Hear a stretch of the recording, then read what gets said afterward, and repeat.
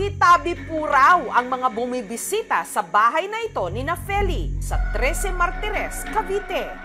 Sa loob kasi nito, may tumubong napakalaking punso.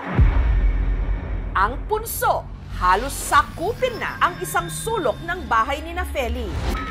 Nasa 2 metro ang lapad nito at nasa 5 talampakan ang taas. Mula Samar, kung saan sila dati nakatira, sumulpot din sa nilipatan nilang bahay sa Cavite. Kahit saan kami magtayo ng bahay, andon sumusunod talaga yung punso. Bilang mga 20 beses kami, inaalis namin yung ay talaga tumigil eh. Kaya ang punso, ginawan na lang nila ng sariling kwarto para wag daw silang gambalain ng mga pinaniniwalaan nilang nakatira rito, mga nuno. Ilagay ng kwarto ng mga kurtina para wag na mapasok ng mga bata. Pero sa kabila nito, kung ano-anong kakatuwang karanasan pa rin daw ang nararamdaman ni Feli sa kanilang tahanan. Habang ini-interview nga si Feli ng aming team, bigla siyang naluha. Okay lang. Ma'am, ang nararamdaman, ma'am? Parang may pumipigil. Mabigat na. Kakaiba yung mabigat yung pakiramdam. Ano ang nakita ni Feli? Bakit ganito?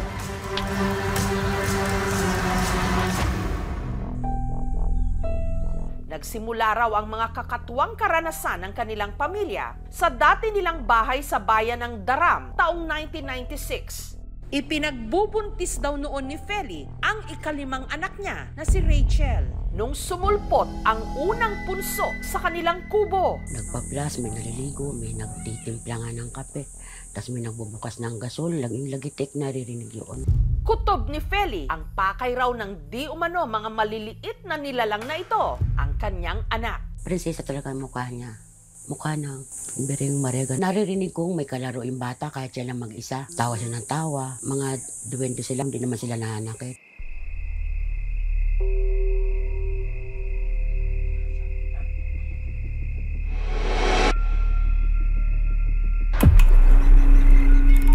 Gusto nila angkinin yung anak ko. Kaya hindi nila tinigilan dahil yun nga yung nagustuhan nila. Para ilayo si Rachel sa mga di umano nilalang na kumukursunada sa kanya, sina Feli nag-alsa balutan. Lumipat kami doon sa Katbalogan. Ayun, pagdating namin doon, ang ganda, ang lusog-lusog ng bata, ang ganda-ganda ng katawan niya. Bigla-bigla lang nagkasakit. Dinala na nga sa ospital. Walang makit ng sakit yung doktor. Sabi nga ng albularyo, may nag-aalaga raw doon sa bata. Hanggang sa nangyari na ang kinatatakutan ni Feli, ang anak niyang si Rachel, binawian ng buhay. Doon namin naisip na nagalit nga daw yun nang umalis kami doon. Nalis daw yung bata.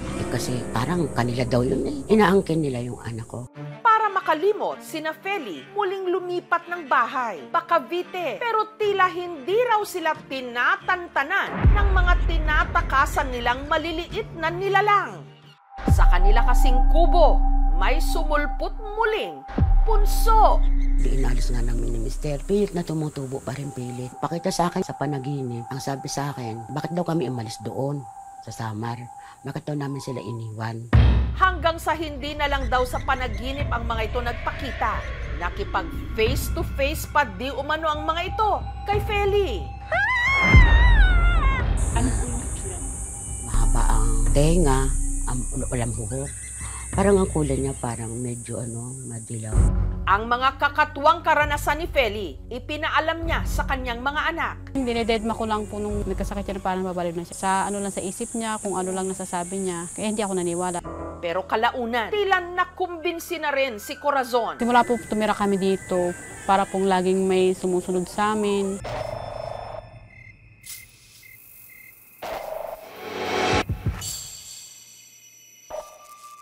Tumataas yung mga balahibo mo, tatakot ka talaga. Doon po sa malapit sa higaan namin, nakatabi lang po doon, malapit din po yung punso. Para silang nag-uusap-usap na ang liliit po ng boses nila. Ang ikinababahala ni Feli, tila nagsimula na rin daw pagdiskitahan ng mga ito, ang isa pa niyang apo. Yung apo ko na yun, naglalaro yan na sagi. Bigla yung nangatal, bigla yung nangisay. Kahit gusto mo po man pong umalis, dito lang po talaga na yung binigay ng papa ko sa akin na bahay. Pero sinusundan nga ba sina Feli ng di umano nuno sa punso? Kahit saan kami magtayo ng bahay, andon sumusunod talaga yung punso. Totoo rin nga bang hawak na ng mga nuno ang yumaong anak ni Feli na si Rachel? Prinsesa talaga ang mukha niya. Gusto nila ang ganyan yung anak ko. Parang may pumipigil. Mabigat na. Kakaiba yung mabigat yung pakiramdam. Ano ang kanyang nakita? Para imbestigahan ang kakatuwang karanasan sa kanilang tahanan, ayon na rin sa hiling ni Feli, humingi siya ng saklolo sa paranormal investigator na si Ed Calwag. Iba yung salubong sa akin, may galit. Meron siyang inaangkin eh. Something like may inaangkin siya. Parang meron siyang gusto niya kanya. Ang tumpok-tumpok na teorya ng pamilya, magkakalinaw na. Pag hinawakan kita, lahat ng makikita mo, sasabihin mo lang ha. Parang Kumatakot. Sa aming pagbabalik. Paniniwala ni Feli, hawak ng mga nuno sa punso ang kanyang yumaong anak. Ma'am, ang nararamdaman, ma'am? Parang may pumipigil. Mabigat na. Kakaiba yung mabigat yung pakiramdam. Bakit ganito? Pinakita talaga sa akin, kinuwadang nilang pala sa yung anak ko. Malaki na siya eh. Para mabigyang linaw ang mga kakatuwang karanasan ng mag-anak, nagtungo sa Cavite ang paranormal investigator na si Ed Calwag.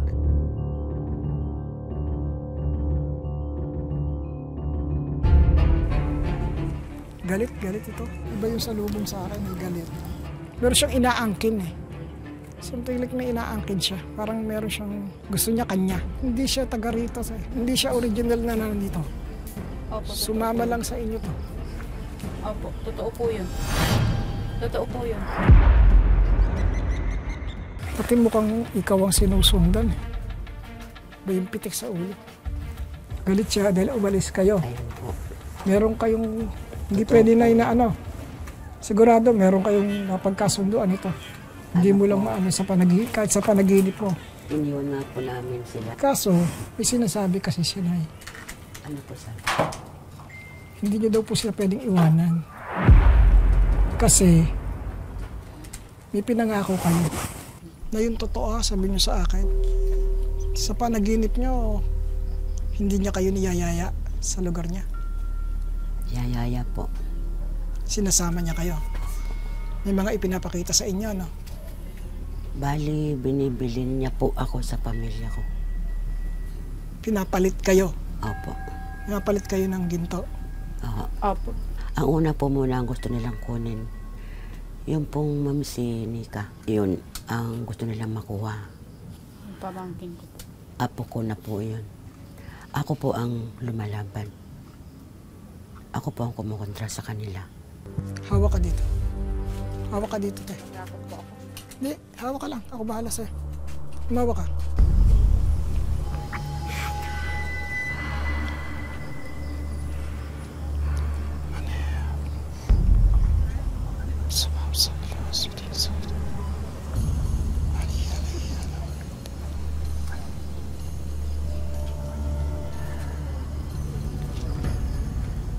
Paano yung naririnig mo salita? Parang malaking boses po na paano lang, malaking boses po na hindi ko po maintindihan. Pero iba yung lingwahe. Tama ba? Opo, opo. Te, ang sagot mo hindi. Po, Sabihin mo hindi. hindi po pwede, hindi. Lalamig lang po ako. Tama pa yung bato ko. Totoo nga po bang hawak po nila ang anak ni Mama Feli? Posible po yun. Itong katawan natin na tao, itong katawan natin, itong corporeal, hindi ito pwedeng makapasok sa kanilang mundo. So yung kanyang spirits, kukuhanin nila, dadalhin nila doon sa kanilang dimension at bibigyan ng panibagong katawan. So tayo naman ngayon ang nag-o-open ng kontrata o kasunduan sa kanila na pakikiusap na sana tigilan na nila. Ngayon at least naging malinaw na kaya pala ganito ang pinagdaanan namin. Salamat ng marami kay Sir Ed. Sana po hindi na po kaming kambalain. Pero sa punto de vista ng siyensya, Ano nga ba ang laman ng tumpok na lupang ito? Termite kasi natural lang naman yan na nagagawa ng kanyang colony. So nagkataon lang sa lahat ng nilipatan niya siguro, merong nagbuo ng mound. Sa nangyayari kasi sa mga taong may trauma, naghahanap sila ng dahilan kung bakit nangyari yung mga bagay-bagay na yon. So minsan, sa paghanap nila, kumakapit sila sa isang bagay na parang mukhang imposible. Like yung nakikita na dahilan kaya namatay ang isang kapamilya dahil doon sa punso. Sa kabila nito, si Feli wala raw planong gibain o sirain ang punso. Sa ganitong paraan lang din daw kasi niya nararamdaman na ang yumao niyang anak pirmi pa ring nandyan lang sa kanyang tabi. Mahal na mahal kita, Rachel. Sobra. Mahal na mahal kita. I miss you.